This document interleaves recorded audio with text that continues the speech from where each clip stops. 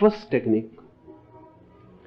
Suppose you contemplate something beyond perception, beyond grasping, beyond not being you.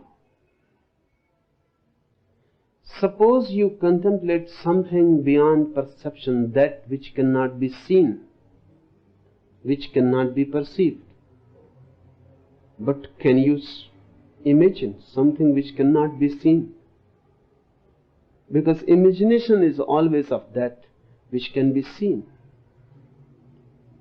How can you imagine something? How can you suppose something which cannot be perceived? That you can perceive, you can imagine. You cannot even dream something which is not capable of being seen and perceived. That's why even your dreams are shadows of reality. Even your imagination is not pure imagination. Because whatsoever you can imagine, you have known somehow. You can create new combinations, but all the elements of the combination are known and perceived. You can imagine a golden mountain flying in the sky like a cloud. You have not perceived such a thing ever, but you have perceived a cloud. You have perceived a mountain. You have perceived gold. These three elements can be combined. Imagination is not original. It is always a combination of something you have perceived. This technique says, suppose you contemplate something beyond perception. It is impossible. But that's why it is worth doing. Because in the very effort something will happen to you. Not that you will become capable to perceive. If you try to perceive something which cannot be perceived, all perception will be lost. In the very effort, if you try to see something which you have never seen, all that you have ever seen will disappear.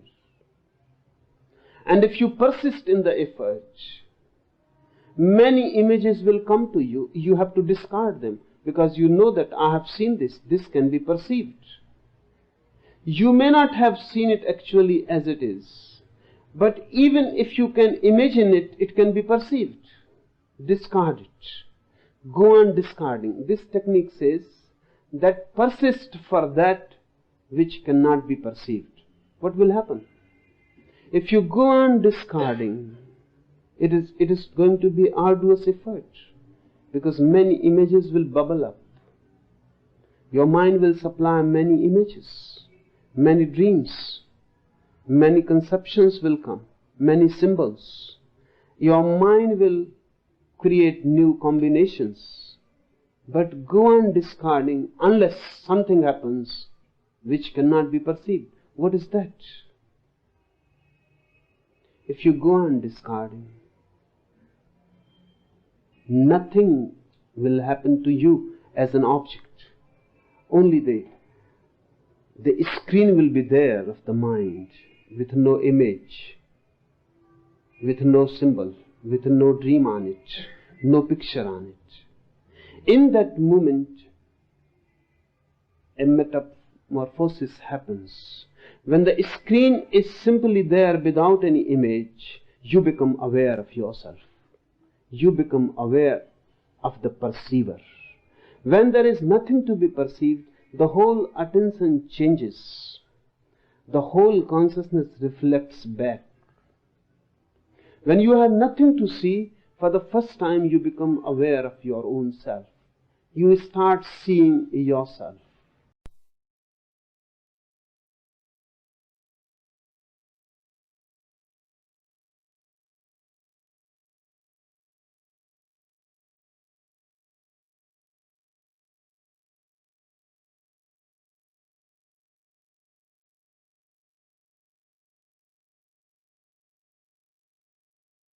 This sutra says, suppose you contemplate something beyond perception, beyond grasping, beyond not being you, then you happen to yourself. For the first time you will become aware of the one who has been perceiving, who has been grasping, who has been knowing. But this subject is always hidden in objects. You know certain things, but you never know the knower. The knower is lost in knowledge. I see you, then I see someone else, and this procession goes on. From birth to death, I will see this and that, and I will go on seeing and seeing. And the seer, the one who was seeing this procession, is forgotten. It is lost in the crowd. The crowd is of objects, and the subject is lost. This sutra says, if you try to contemplate something beyond perception, beyond grasping, which you cannot grasp by the mind, beyond not being, immediately the mind will say, if there is something which cannot be seen and cannot be grasped, it is not. The mind will immediately react that if something is not seeable, perceivable, not graspable, then it is not. The mind will say it doesn't exist. Don't become a victim of the mind. This sutra says beyond perception, beyond grasping, beyond not being. The mind will say that this is nothing, this cannot exist, this is a not being. Sutra says don't believe in it. There is something which is being, beyond not being, which exists and which cannot be perceived and which is not graspable. That is you. You cannot perceive yourself.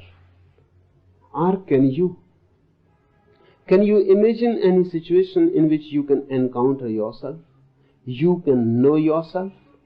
We go on using the word self-knowledge, which is absolutely absurd. Because you cannot know the self. Self is always the knower. It cannot be reduced as a known. It cannot be reduced as an object. For example, if you think that you can know the self, then the self that you know will not be yourself. But one who is knowing the self will be the self. You will always remain the knower. You cannot become the known. You cannot put yourself in front of you. You will always recede back. Whatsoever you know cannot be yourself. This means that you cannot know it. The way you know other things, you cannot know it. The way I see you, I cannot see myself. Who will see? Because every relationship of knowledge, seeing, perception, means there are at least two things: the known and the knower. Self-knowledge is not possible in this sense, because there is only one. The knower and the known are one there. The observer and the observed are one. You cannot convert yourself into an object. So the word self-knowledge is just wrong. but it connotes something. It says something which is true. You can know yourself in a very different sense, in an altogether different sense than you know other things. When there is nothing to be known, all objects have disappeared. All that can be perceived and grasped is no more. You have discarded all. Suddenly, you become aware of yourself. And this awareness is not dual. There is no object and no subject. There is simply subjectivity.